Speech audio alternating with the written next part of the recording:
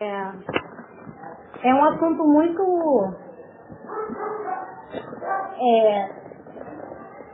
sério, né? Mas também é um assunto muito complicado da gente estar tocando. Porque fala sobre o funcionamento dos membros, ele mexe com muita coisa. Então, assim, não é simplesmente a gente teve um problema atrás do impedimento das irmãs de funcionar, né?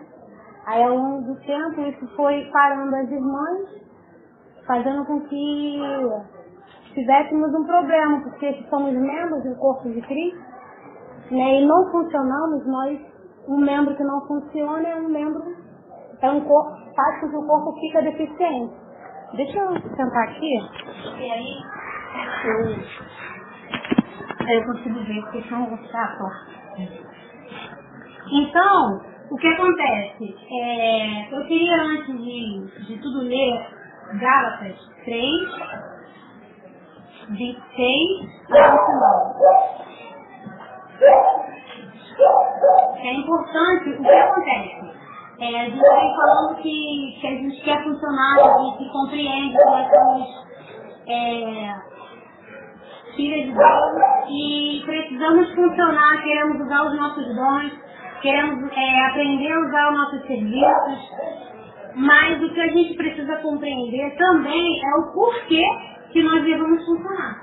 Se a gente não entende o porquê que a gente reúne, o porquê que a gente é um membro do corpo de Cristo, porquê que a gente deve funcionar, não vai ter sentido a gente funcionar. O que eu sou pastora porque o meu marido é pastor. A gente vê muito assim, né? Aí meu marido é pastor, então eu tô aqui, eu cuido das irmãs, eu cuido das crianças, eu cuido disso. Não tem um porquê, né? Algumas pessoas. Mas assim, quando nós compreendemos o porquê que nós funcionamos, ninguém nos para mais, né? Então, as irmãs acharam Gálatas 3, do 26, não tem. A Bíblia estava escrita para trabalho. Gálatas 3, do 26 ao 29. Quem achou, pode ler.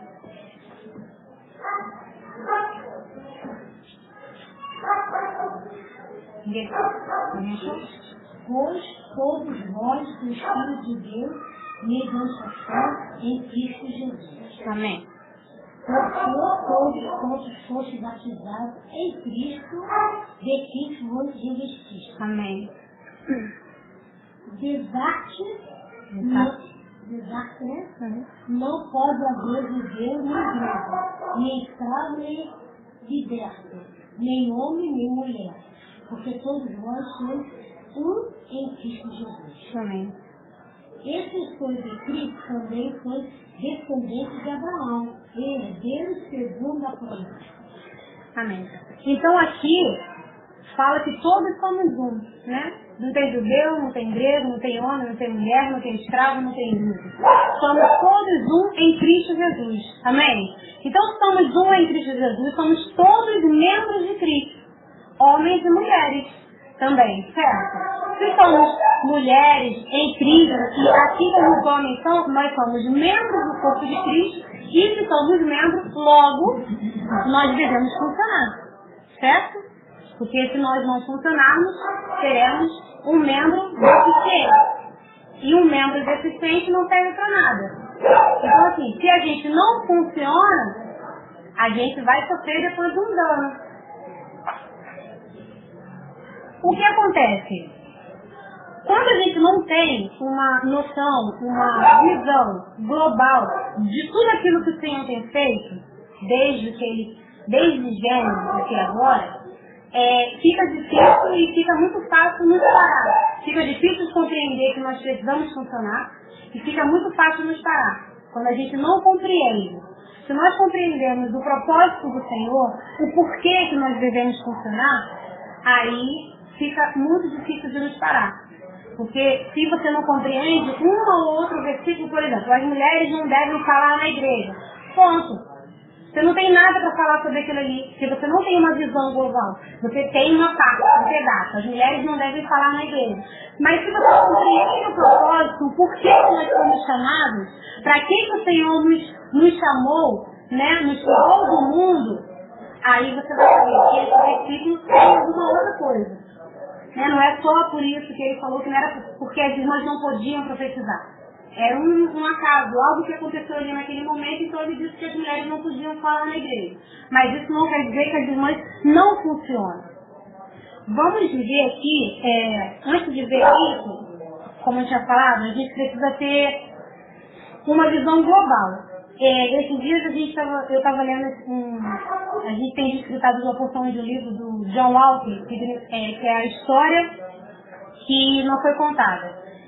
E ela fala da visão global da igreja, né? Assim, que a igreja, ela segue em 3 linhas. A igreja, que eu digo assim, de uma forma geral, todos, tá? Os filhos de Deus, a cristandade, ela segue 3 linhas, ou 3 escolas, não importa. São 3 linhas diferentes.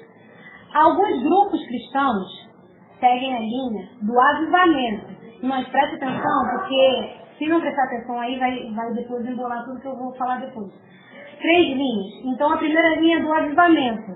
Essa linha do avivamento, esse grupo cristão que segue essa linha do avivamento, são cristãos que acontece de ano em ano um avivamento, eles vão lá, aí marcam uma data, um horário, um dia, um local, por exemplo, avivamento em Manaus. Aí todo mundo que segue esse grupo vai para Manaus, e lá tem uma reunião e eles são avivados aí durante o ano todo. É como se fosse uma injeção para eles prosseguirem no Evangelho, né? E eles vão assim até a volta de Cristo.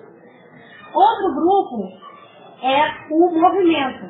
Dentre esse grupo nós podemos destacar o movimento pentecostal, que nada mais é do que um grupo de irmãos que fazem uma reunião, seguem uma reunião animada. Né? A reunião tem que estar animada, a reunião tem que ter fogo, tem que ter irmãos jogando, tem que ter irmãos pulando, tem que ter a unção da cola, tem que ter... Então esse grupo não precisa de nada além de uma reunião animada. Eu tenho uma tia que ela segue esse grupo. Eu não ia falar nome. Mas aqui, se você perguntar para a tia Raquel, é um fato. Ela fala, não, lá na igreja foi super animada, disso que eu gosto, canelinha de fogo, tem que ter o pessoal rodando. Se não tiver isso para mim, se não tiver isso para mim, não funciona. Então, esse grupo... tem essas coisas. Então, esse é o grupo do movimento. Então, todo grupo que segue a linha do movimento, segue isso. Por favor. Segue essa linha de pensamento. E acredito que vão sempre à volta do Senhor. E tem a reforma, que é onde nós nos encontramos. A reforma, ela caminha mediante a uma visão. Vou dar um exemplo. Aqui tem uma parede, né? E aí eu falo assim, não, a gente vai reformar essa parede. Se a parede está boa, não tem necessidade de eu reformar, certo? Se eu vou reformar a parede, é porque eu vi algo errado na parede. Eu vi que a parede estava rachada. Aí eu vou lá e vou passar uma argamassa, eu não sei como é que funciona, faço alguma coisa e pinta. Então, assim, para eu me movimentar dentro da reforma, eu preciso de uma visão, algo que me mostre para onde é que eu vou e o que eu devo fazer. Amém?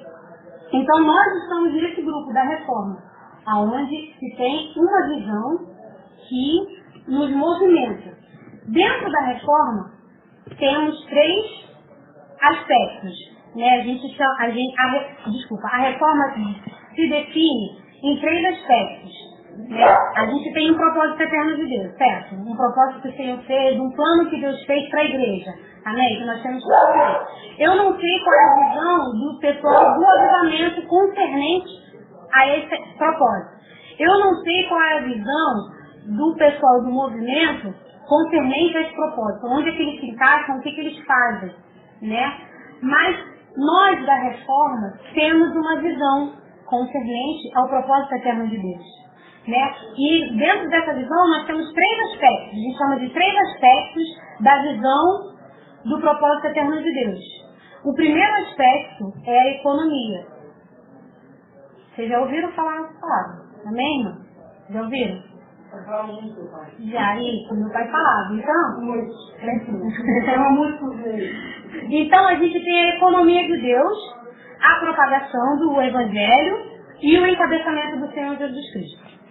Então, na reforma, a reforma ela tem essas três visões: a economia de Deus, a propagação do reino e o encabeçamento do Senhor Jesus Cristo. Na economia de Deus, a gente vê lá em Gênesis 1:28, que fala, 1:26, desculpa, que fala do homem e a árvore, né? Gênesis, a economia de Deus.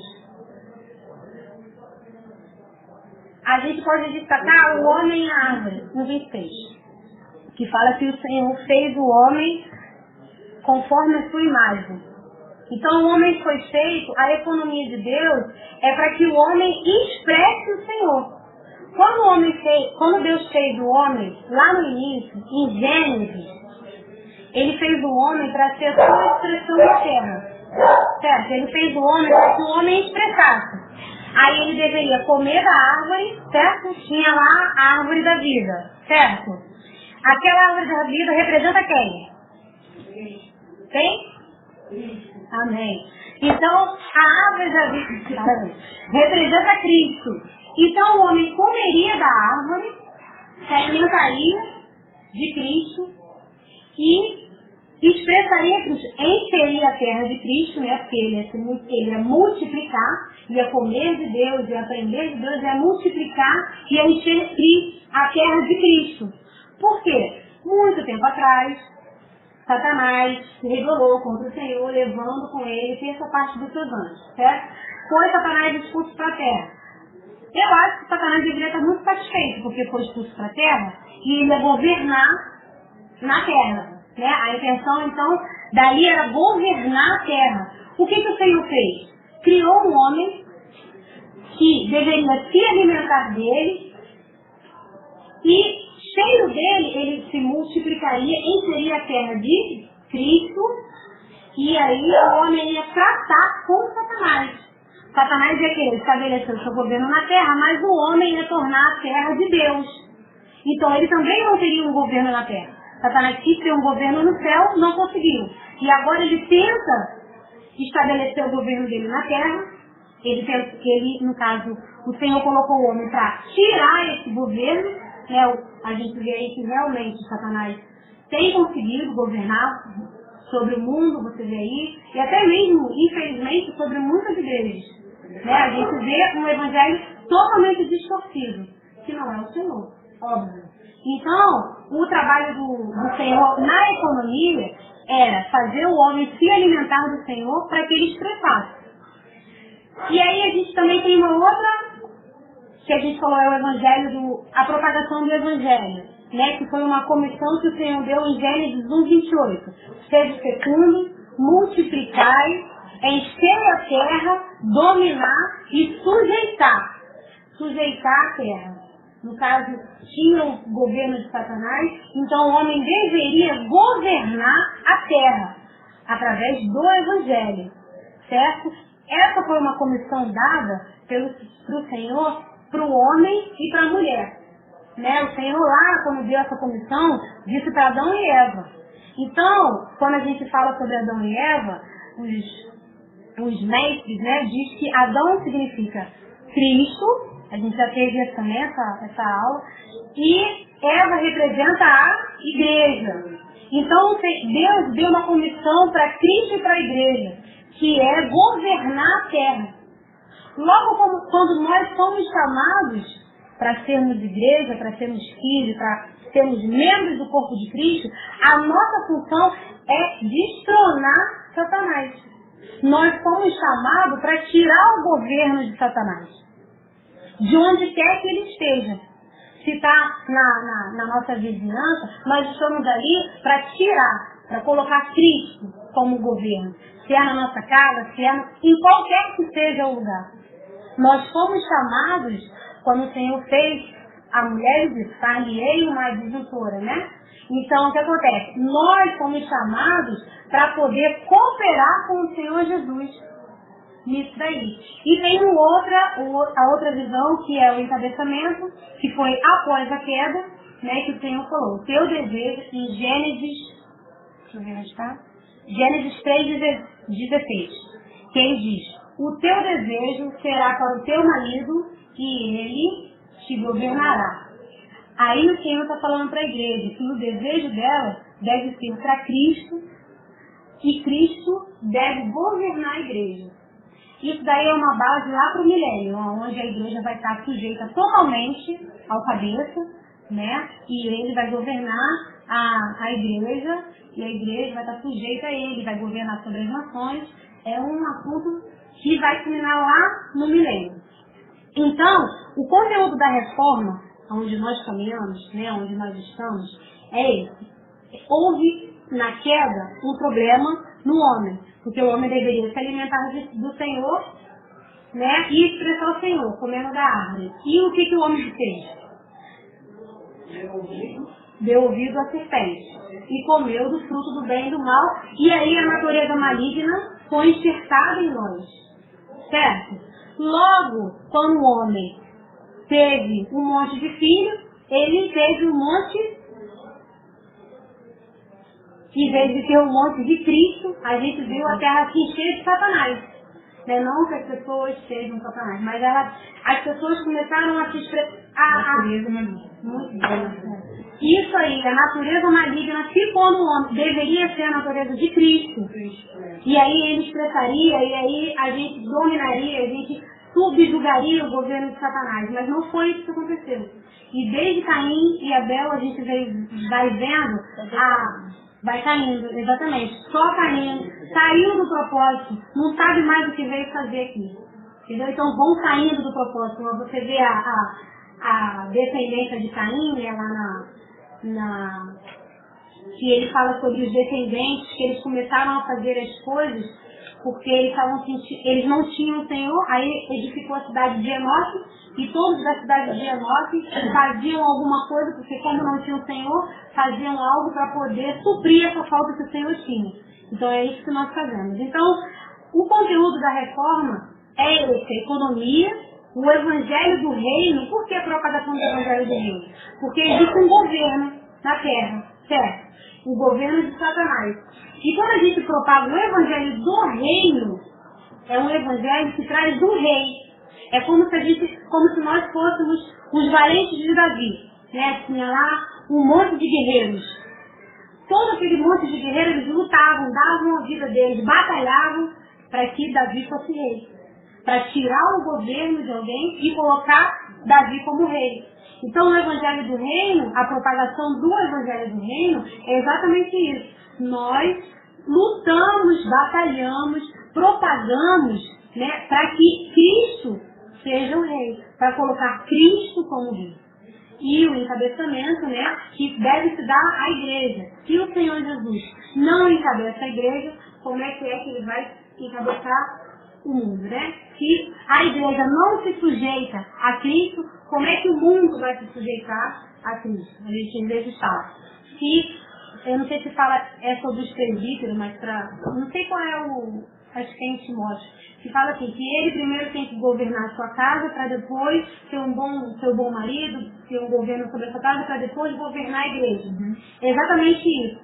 O Senhor também precisa governar a igreja precisa se submeter a Cristo para que ele tome o governo da terra. Né? Quando a igreja se submete, compreende o seu propósito, compreende para que veio, entende, aí ela se submete a Cristo, daí Cristo começa a fazer uma obra através da igreja no mundo. Amém? Então esse é um conteúdo, é o conteúdo da reforma. Então o homem precisa ser restaurado, né? A partir do momento que a gente tem comunhão com o Senhor, que a gente ora, que a gente tem comunhão, que a gente lê, que a gente fica diante do Senhor, que a gente está com o Senhor, a gente vai sendo restaurado. E a terra precisa ser resgatada, né? O governo precisa ser entregue de volta ao Senhor Jesus. e a igreja precisa se submeter a Cristo. Então, a reforma é economia de Deus, evangelho de reino, Propagação do Evangelho, isso. propagação do evangelho. E o encabeçamento. Encabeçamento. Exatamente. Porque na Economia de Deus, evangelho do reino. e encabeçamento de Jesus Cristo. Três. Na economia a gente tem Cristo se dispensando para dentro do homem. Na propagação do reino a gente tem a comissão, né, de dominar sobre o império das trevas, e a igreja, no encabeçamento, a igreja sujeitar por completo ao cabeça. Você pegou os versículos, né? Do 26? Tá. Aí a gente fala sobre o encabeçamento, né? Que a gente conhece já, que é uma coisa que é comum na reforma ao nosso, vou dizer assim, grupo que a gente já vem vindo. Então, a gente conhece e a gente sabe que uma igreja é encabeçada pelo Senhor Jesus quando todos os membros funcionam, né?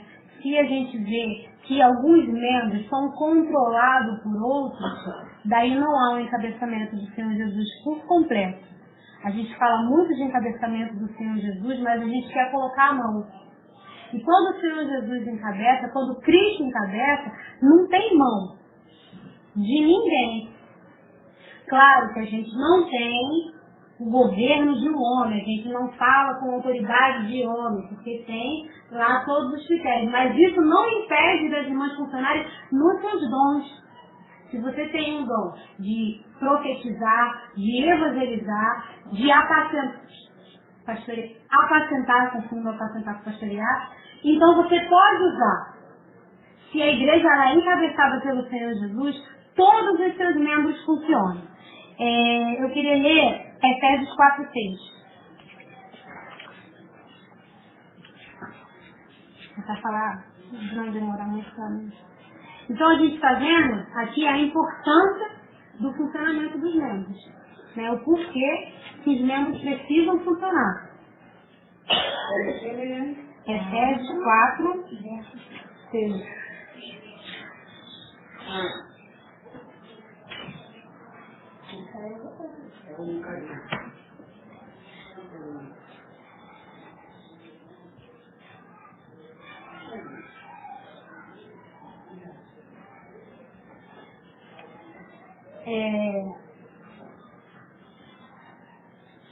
Houve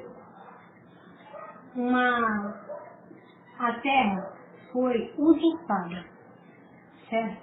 Por Satanás. Daí, nós precisamos, como igreja, cooperar com o Senhor Jesus para devolver a terra para o Senhor. Isso vocês acham que é a função só dos homens? Porque somos todos igrejas. Porque são descendentes de homem e mulher, criança, que são doutrinadas de acordo com a palavra do Senhor. Porque assim, os nossos filhos, eles são crianças, mas eles também têm a porção de Cristo.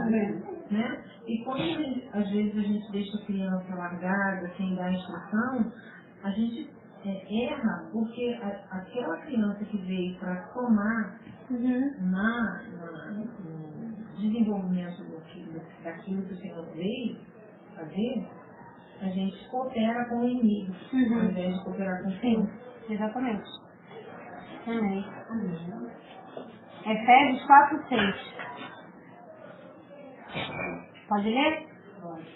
Um só Deus e Pai de todos, o qual é sobre e age por meio e está em todos.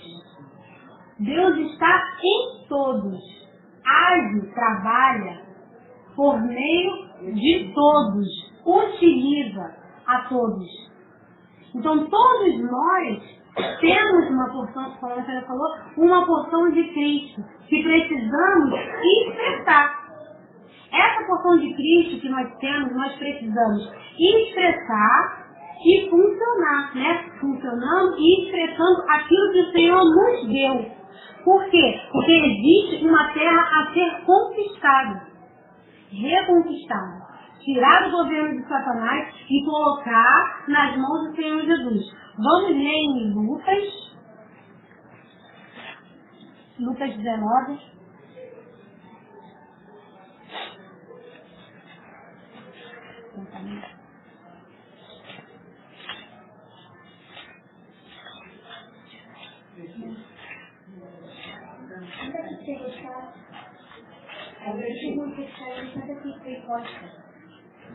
Tá bom? 19:12.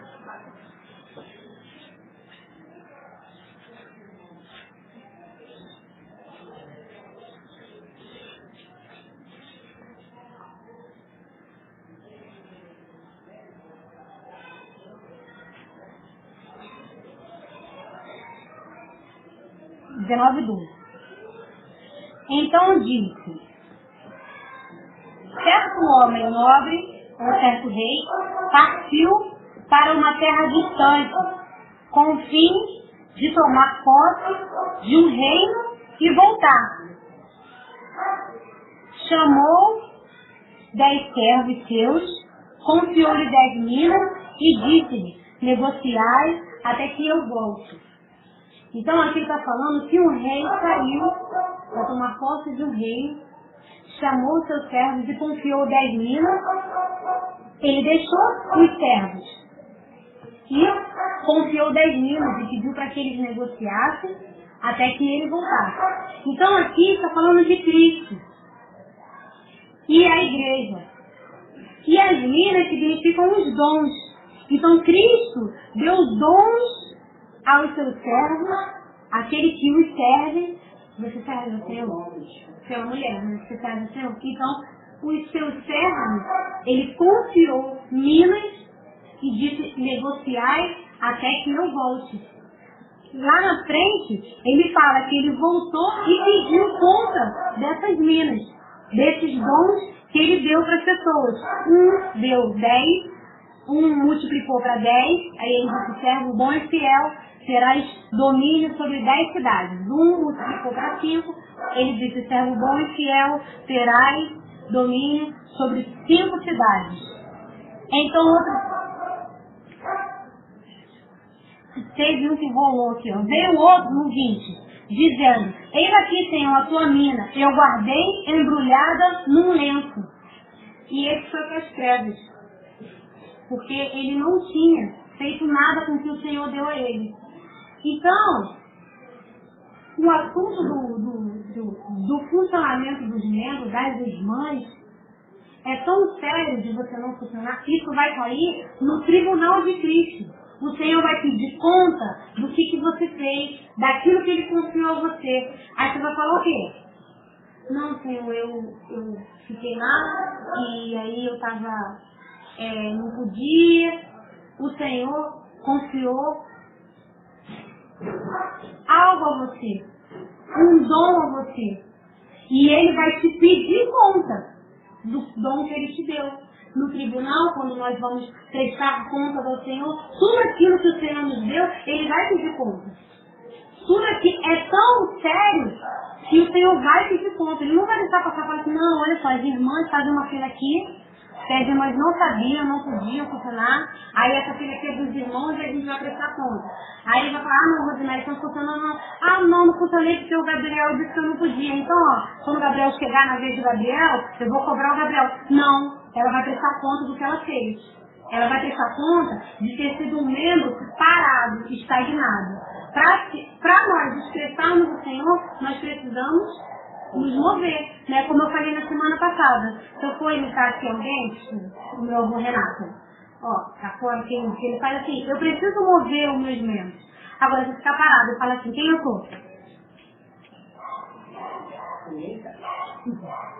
Nada, um corpo que não serve para nada, né? Então, assim, é um assunto sério que Satanás faz com tudo, faz de tudo para que a gente não funcione. Faz de tudo para que a gente não saiba que nós temos uma função no corpo. porque isso vai mexer diretamente com o governo de Satanás. Quando nós nos movemos, nos funcionamos, pegamos os nossos dons para funcionar, nosso serviço, nosso ministério, nossos dons em geral, o que acontece? Nós mexemos diretamente com o governo de Satanás. Então, por isso é importante a gente compreender que o Senhor nos chamou, nos chamou para sermos uma igreja, irmãs, cooperadoras de Cristo. O que Cristo tem que fazer? Cristo tem algo a fazer. Certo? Quando ele fez a mulher, ele disse que a mulher seria a cooperadora. Então, assim, nós precisamos, como igreja, cooperar. Cooperar com o quê? Com Cristo. O que Cristo, vamos dizer, ali está de secar, não está fazendo nada. Aí ela fala assim, eu preciso de você aqui para cooperar comigo. Tá bom, você vai fazer o quê? Nada. Então tá, vou cooperar não fazer nada. Não tem lógica. Ou tem lógica? Não tem lógica. Para eu cooperar com a Alice, ela tem que estar fazendo alguma coisa. Então assim, Cristo precisa entregar o reino para Deus. Então a igreja precisa cooperar a estabelecer o reino do seu. Exatamente. A igreja precisa cooperar com isso. Cooperar com o Senhor Jesus a entregar o reino para que Cristo entregue o reino ao Senhor. Então nós somos cooperadoras de Cristo nisso. Amém? Então, o que acontece? A gente precisa ter essa compreensão, né, de que o porquê que nós estamos funcionando, porque nós precisamos combater principados, potestades, devemos expressar o Senhor na terra, né, expressar para as pessoas, expressar aquilo que o Senhor é para nós, conforme os nossos dons, ajudar os irmãos, expressar aquilo que o Senhor tem nos dado, o que o Senhor deixou para nós, né, assim como e ter uma visão, né, global das coisas. Paulo, quando ele teve a visão celestial, ele compreendeu isso, né? E ele viu que ele sozinho não podia expressar Cristo, trazer de volta o reino do Senhor. Então ele contava com todos os membros após a visão celestial.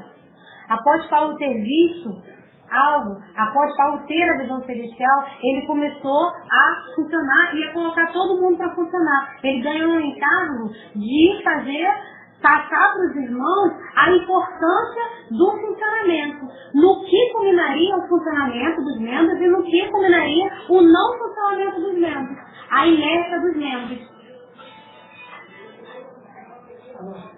Então, assim,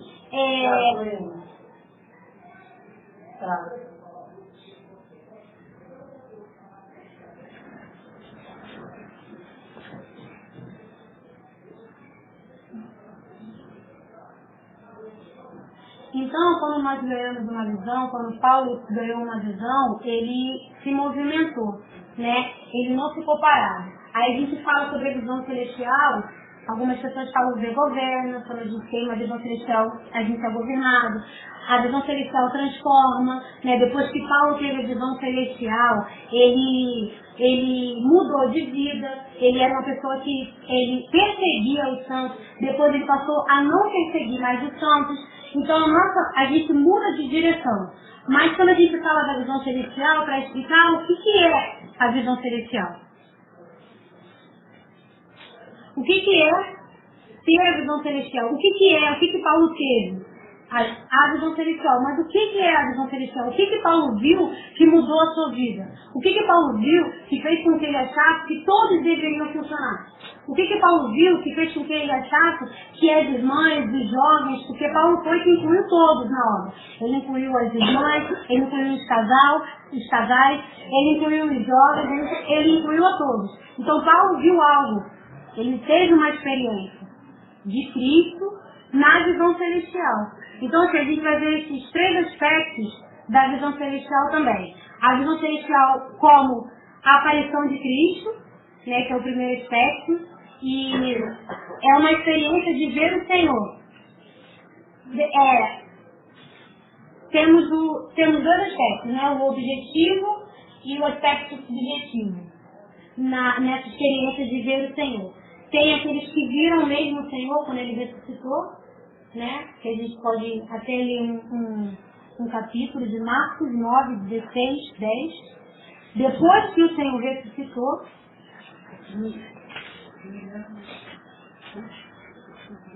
Marcos 16, 9 e 10.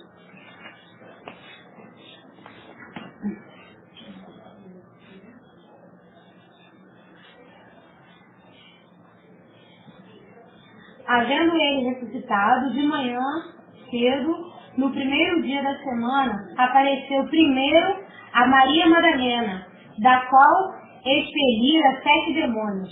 E partindo ela foi anunciá-lo àqueles que, tendo sido companheiros de Jesus, que estavam tristes e chorando. Então aqui nós temos a experiência de Maria, de ter visto o Senhor. Então, tem essa experiência e tem a mesma experiência sendo que de Paulo, como uma visão. Cristo apareceu para Paulo como uma luz, né? Aquela luz que às vezes vem, nós temos às vezes essa experiência de que... Oi? Eu li Marcos 16, 9 e 10. 9 e 10? Atos 26.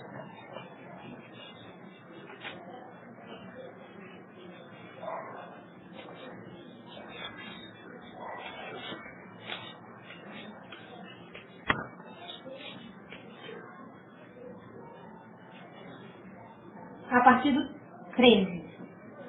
Ao meio-dia, ó rei, isso aqui está contando para o rei como é que foi e aconteceu com ele. O rei Agripa. Indo eu a caminho... Não sei se é o rei Agripa não, desculpa. É o rei Agripa. Ao meio-dia, ó rei, indo eu a caminho, fora, vi uma luz do céu mais resplandecente que o sol, que brilhou ao redor de mim e dos que iam comigo. E caindo todos nós por terra, ouvi uma voz que me falava em língua hebraica: Saulo, Saulo, por que me persegues? Dura coisa é recalcitrares contra os aguilhões. Então eu perguntei: quem és tu, Senhor? Ao que o Senhor respondeu: eu sou Jesus. Então aqui Paulo viu esse aspecto da visão celestial, é a visão que mostra Cristo, a visão sendo Cristo, né? Mas olha que interessante, eu sou Jesus a quem tu persegues. Paulo perseguia quem? A igreja, certo? Os irmãos, todo aquele quanto invocavam o nome do Senhor Jesus, Paulo perseguia. Então, Paulo viu aqui duas coisas, né? Viu que ele estava perseguindo a igreja, né? E percebeu que aquela visão era Cristo, né? Veio a luz e ele teve essa experiência de que a visão era Cristo. Mas aqui Paulo ganhou uma visão celestial, porque tem os fatos e tem o que está por trás dos fatos.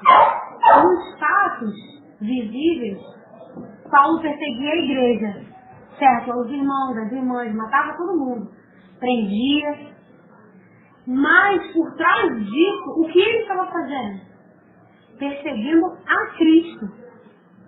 Então ele percebeu que a igreja é a extensão de Cristo na terra. Que a igreja é o corpo de Cristo na terra, os irmãos e as irmãs são a expressão de Cristo, são a extensão de Cristo na terra. E aí Paulo começou a trabalhar para que essa igreja funcionasse para expressar Cristo. Porque nós só expressamos a Cristo quando nós funcionamos. Então Paulo viu aqui, ele ganhou uma visão celestial. Assim como nós também precisamos ganhar uma visão celestial dos fatos. Porque se nós não compreendemos, não ganharmos uma visão celestial dos fatos, fica tudo no visível. E a gente sabe que a nossa luta não é contra o visível, é contra principados e contra potestades. Quando o irmão fala, ou alguém fala, que nós não vamos funcionar, logo a gente não está lidando com o irmão, Logo a gente está lidando com alguém, tá? Tudo bem? Logo nós estamos lidando com as trevas tentando nos impedir. Se eu falo assim, não, Marcela, você não pode, vamos dizer que você é a profeta, né? E aí eu falo, não, você não pode falar porque você é uma irmã e tudo mais. Não sou mais eu. Você não pode mais me ver. Você ganhou agora uma visão celestial. Você sabe que você precisa funcionar para destronar Satanás. Então, se eu estou dizendo que você não deve funcionar, logo você vê que há um trabalho das trevas por trás para te parar. Há um trabalho das trevas para que você não funcione e não destrone o que ele já colocou ali. Aquele império que ele já colocou. Então, Paulo ganhou essa visão, a qual também nós devemos ganhar. A visão que nós devemos ganhar, que Paulo, é a mesma visão que Paulo, né? Paulo, quando fala da crucificação, a gente olha a crucificação, vê o Senhor Jesus sendo crucificado, sendo morto. A gente vê ali, né, se a gente for ver, foi João que viu água saindo do lado, quando furaram o Senhor Jesus, saiu sangue, saiu água. A gente vê Cristo ali, né, crucificado. Mas o que Paulo viu no ato da crucificação? Ele viu por outros olhos. Ele fala lá em Colossenses 2, muito lindo. Colossenses 2, 14 e 15. Essa é a visão de Paulo da crucificação.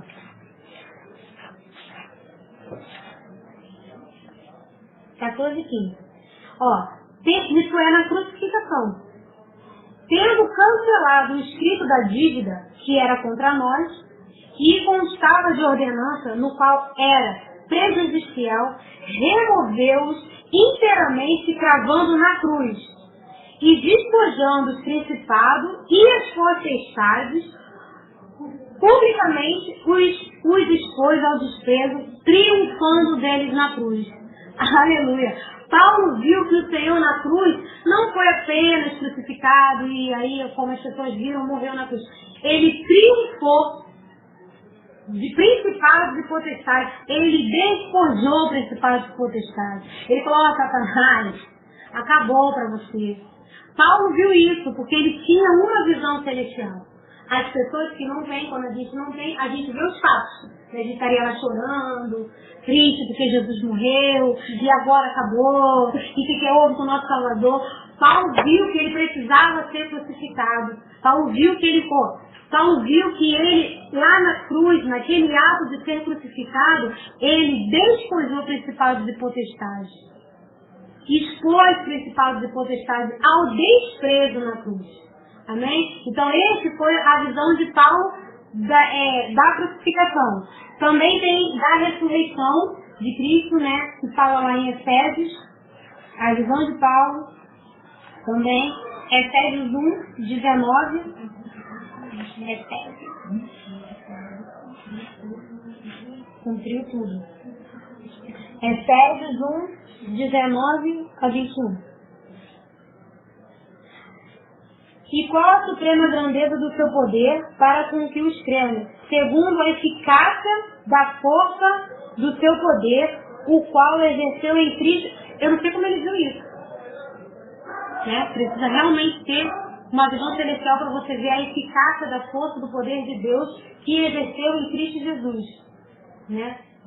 Então, o qual a suprema grandeza do seu poder para com os que cremos, segundo a eficácia do seu poder, o qual exerceu em Cristo, ressuscitando dentre os mortos e fazendo-se assentar à direita nos lugares celestiais, acima de todo principado e potestade e poder e domínio e todo nome que se possa referir, não só no presente século, mas também no vindouro. Então ali, Paulo viu onde é que Cristo agora estava.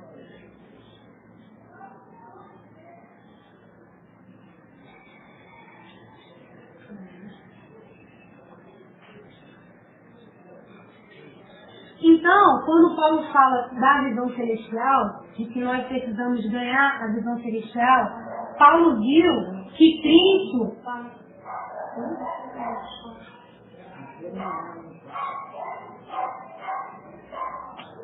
Então, para nós batalharmos contra principados e potestades, nós precisamos saber também da nossa posição celestial, que fala lá aqui mesmo em Efésios 2, 5 e 6. Né? Estando nós mortos em nossos delitos e pecados, nos deu vida juntamente com Cristo. Pela graça sois salvos, e juntamente com Ele nos ressuscitou e nos fez assentar nos lugares celestiais em Cristo Jesus. Então nós, a igreja, estamos nos lugares celestiais em Cristo Jesus, recebendo toda a sorte de bênçãos espirituais, como está escrito em Efésios 1:3, aqui logo aqui atrás. Bendito Deus e Pai de nosso Senhor Jesus Cristo, que nos tem abençoado com toda a sorte de bênçãos espirituais nas regiões celestiais. O que nós estamos fazendo na região celestial? Para que nós estamos na região celestial? Recebendo as bênçãos de Cristo. Vamos ler Efésios 3, 9, aqui mesmo. 3, do 9 a 11. Para a gente saber o que é que a gente está fazendo nas regiões celestiais, para que nós estamos recebendo as bênçãos espirituais. Quem achar Efésios 3, de 9 a 11, pode ler.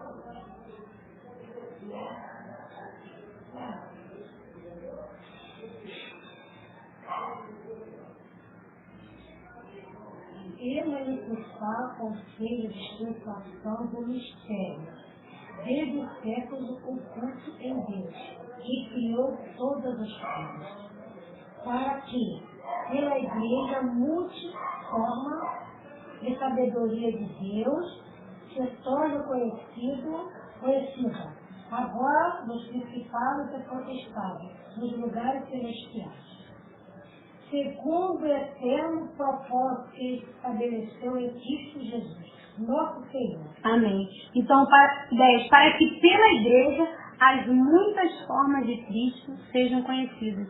Então, nós estamos nos lugares celestiais para expressar as muitas formas de Cristo. Não é muitas formas de opinião. São as muitas formas de Cristo. E nós expressamos as muitas formas de Cristo através da pluralidade de ministérios e da diversidade dos dons.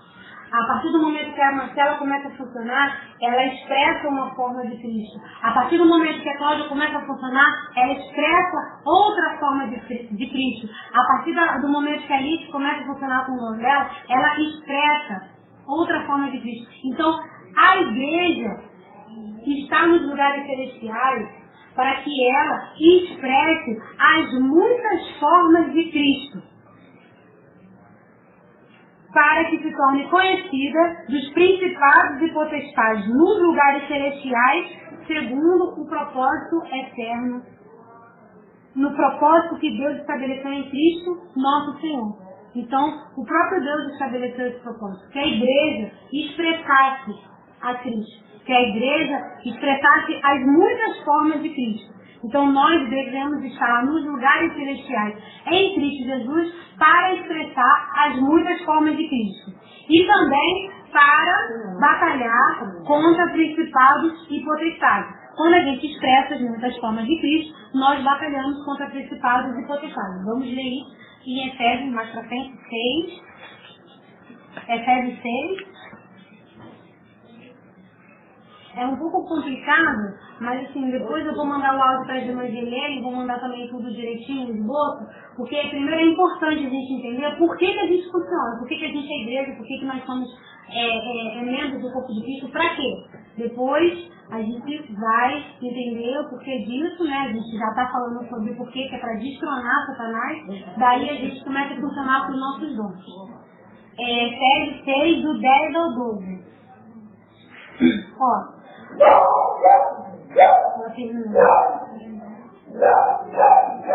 Pode tirar som? Deixa eu fazer. Quem fazer? Quem fazer? Nós mesmos. O Senhor na força do seu poder. Amém. Revestido de toda a amargura de Deus, para que estar firme contra a astúcia do Amém. Nós temos que lutar contra a carne, Amém. Seu sangue. Mas sim, contra os principados e contra as potestades. Sim. Dos séculos, contra as hostes espirituais da maldade, que nos lugares espirituais. Então, olha onde está nos lugares celestiais, né, onde a gente não pode ver. Então, nós precisamos estar, fala aqui, ó, seres fortalecidos, né, e revestidos de toda a armadura. Para que a gente vai botar uma armadura? Para lutar. Então, se o Senhor manda nós colocarmos uma armadura, é porque nós estamos numa batalha. Né? A gente não está fazendo qualquer coisa, não está alheio ou não vimos para nada. Nós viemos para batalhar contra principados e potestades. Aí ele diz que a nossa luta não é contra carne ou sangue, porque o inimigo às vezes usa os irmãos ou as pessoas para nos atacar. E aí a gente fica pensando, porque a Marcela fica toda hora ali, aqui atrás de mim, me perseguindo, mas não é a Marcela. Satanás é astuto em fazer com que eu pense que as coisas são a Marcela, mas não é. É principados e potestades. Por isso devemos estar revestidos de toda a armadura de Deus. Porque nós estamos numa batalha. Nós devemos ganhar essa batalha colocando o governo do Senhor Jesus. Amém? Então, assim, através da oração, se a gente ganha uma visão celestial das coisas, a gente começa a caminhar debaixo daquilo ali. E quando a gente começar a funcionar, algumas pessoas vão vir para nos parar. Então, se a gente estiver com os nossos olhos aqui na terra, o que acontece? A gente vai falar, não, porque fulano já está, eu também não vou mais funcionar nada. Não vou mais fazer nada, porque está aqui me atacando, eu estou tentando aqui servir ao Senhor, nós dois juntos, e aí ele está aqui. Não, você sabe que já é um inimigo, porque você... Oi? Vou falar logo a verdade na cara dele. Vou logo repreender. Logo alto, para saber que eu estou sabendo. Então, existe essa batalha. Então, nós precisamos ganhar uma visão celestial, de saber que nossa luta não é contra um contra outro. Então, nós funcionamos para destronar Satanás. Agora, qualquer pessoa que venha falar, não, porque você não pode falar, porque você já sabe de onde é que vem, né? Repreende logo. Começa a orar, fala assim, meu Jesus, toca ali. E mais um aspecto da visão são as visões comissionadoras. Essas a gente precisa também compreender. As visões comissionadoras se dão a uma pessoa e ela passa à igreja. Por exemplo, Noé teve a visão da arca, né? O Senhor mostrou com os côvados, tinha que fazer arca para cima, para baixo. Em Gênesis 6:11 a gente vai ver, né, o desenrolar, que o Senhor deu uma visão para Noé. O que Noé fez? Propagou aquela visão, falou daquela visão, mas a visão de Noé edificou uma arca. Certo? Ele teve a visão da arca e logo, a gente está falando de visão comissionadora, né? Então, assim que ele tem uma visão, em seguida ele ganha uma responsabilidade. Noé viu a arca, a responsabilidade dele era de fazer a arca. Certo? Se ele não fizesse a arca, todo mundo morreu. Por mais que ele tivesse visto, então, aí dava um curso de como era a arca no sonho dele, né? Falava de que a arca era assim, depois chegaria o dilúvio ia levar todo mundo. Então não adianta você ver e falar, você precisa... Exatamente. Então a visão ela vem com uma prática, ela vem com uma responsabilidade, ela te impulsiona a fazer algo. Moisés, lá em Êxodo 25, ele teve a visão do tabernáculo. Logo, ele edificou um tabernáculo. Pedro teve a visão dos lençóis. Daí eu não sei se vocês comentaram. Atos 10, de 9 a 16, fala que Pedro teve uma visão dos lençóis, que baixava assim, e ali tinha lá os animais. O Senhor falou que, amém, mata e come, disse coisa, de modo nenhum, Senhor. Então, aquela visão ali era para quê? Para que ele abrisse o evangelho aos gentios. Então, Pedro viu algo, logo, ele abriu, ele tinha chaves do reino, né? Senhor deu as chaves para ele. Então, ele abriu o evangelho aos gentios. Paulo teve a visão, muitas, né? Ele teve a visão do varão da Macedônia. Atos, esse é bom da gente ler. Atos 16, 9 e 10.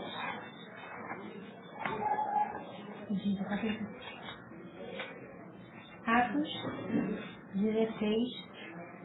Os irmãos estão compreendendo até aqui? Está claro? Eu quero que ela limpa, eu vou olhar na cara da Alice, vamos ver como é que tá. Aí eu vou explicar para os pais. Cara, eu vou dar uma explica, né? Aí você pode ir lá.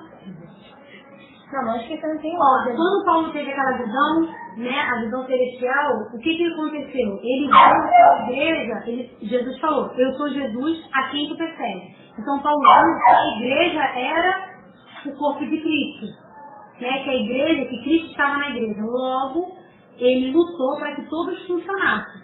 Amém? Aí aqui, ó, esse aqui é muito interessante da visão comissionadora. 9, né? 16, 9. À noite sobreveio a Paulo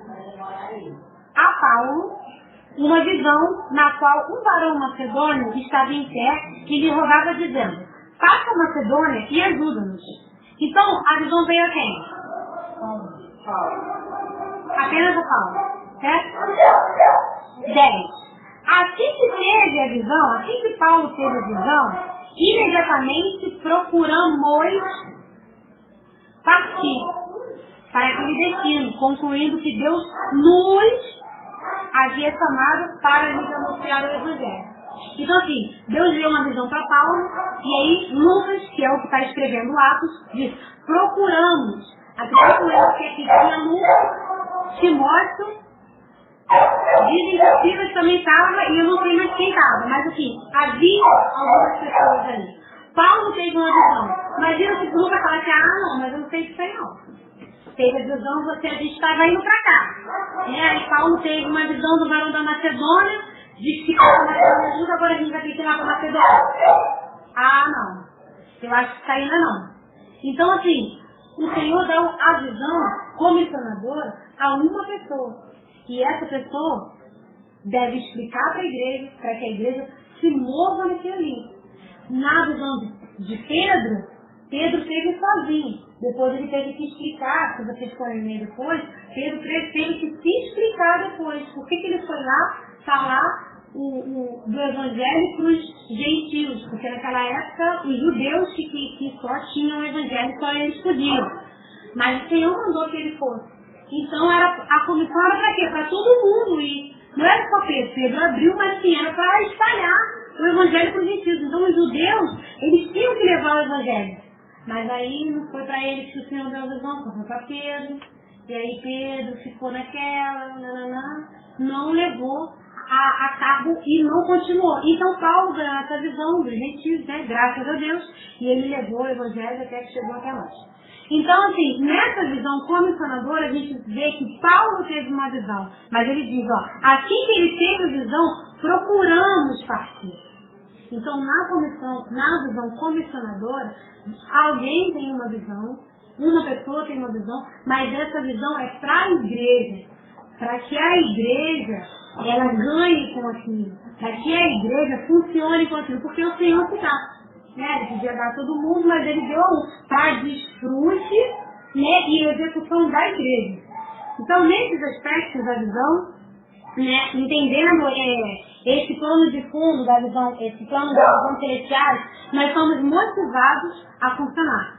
Né? Depois que a gente vê que a gente tem que batalhar contra principados e potestades, que a gente vê que nós estamos em lugares celestiais, que o Senhor deu algo para nós, para que nós expressássemos, a gente vê tantas pessoas precisando, né, tantas irmãs paradas, tantos irmãos que precisam, então nós temos algo a fazer. Né, precisamos ajudar os irmãos, assim como Paulo ajudou a igreja a se movimentar, ajudou a igreja a funcionar e incluir todo mundo na sua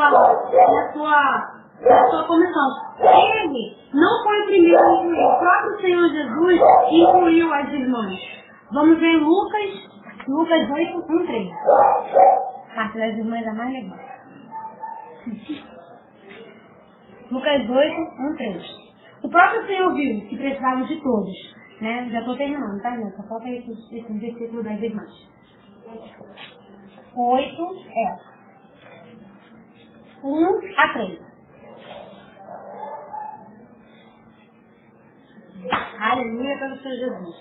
Aconteceu depois disso que andando Jesus de cidade em cidade, de aldeia em aldeia, pregando e anunciando o evangelho do reino de Deus, e os 12 iam com ele. E também algumas mulheres que haviam sido curadas de espíritos malignos e de enfermidades. Ou seja, as irmãs iam com ele, pregando de cidade em cidade, de aldeia em aldeia, o evangelho do reino. Maria, chamada Madalena, da qual saíram 7 demônios. Mesmo de ter saído 7 demônios, você não podia falar assim, não, amiga, foram 7 que a gente expulsou aí, né? Você fica em casa, você fica um tempo aí de molho, né? Depois você expulsa. Não, foram expulsos 7 demônios de Maria. E ela ia com o Senhor Jesus em toda parte. Joana, mulher de Cusa, procurador de Herodes. Susana e muitas outras, as quais lhe prestavam assistência com os seus bens. Então, Paulo também viu que o próprio Senhor Jesus, ele incluiu todos, porque a função era que todos funcionassem para destronar, né, principais e potestades. A gente vê que depois que Paulo se separou de Barnabé, ele começou também a incluir todo mundo. Vamos ver Romanos 16.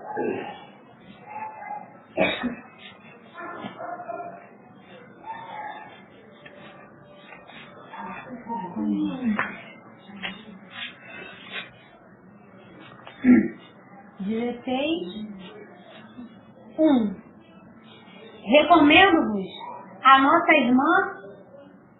Alguém tá vendo?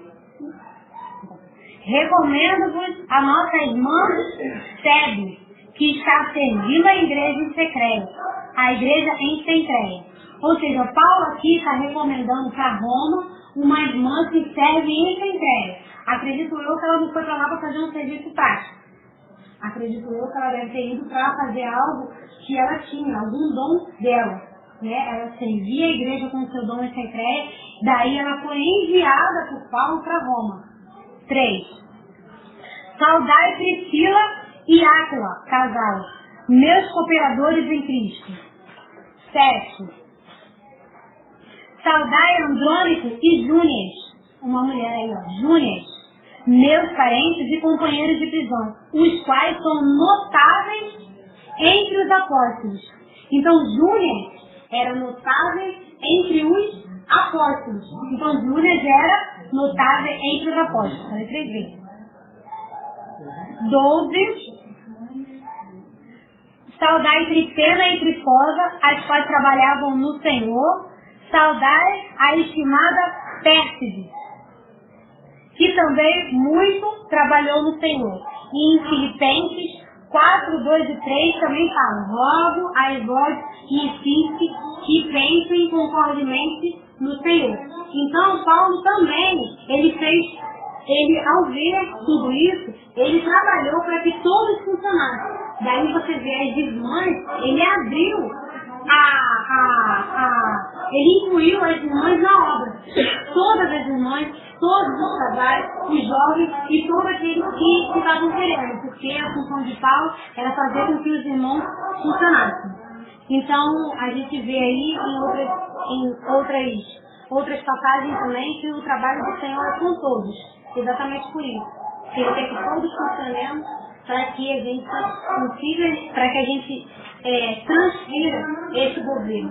E a única pessoa que não quer que a gente funcione, a única que trabalha para que a gente pare é Satanás. Porque a gente vai destroná-lo. Ele sabe que nós vamos destroná-lo. Então ele luta para que a gente não o destrone, obviamente. Né? Então eu fico por aqui e a gente continua depois. Amém. Jesus é o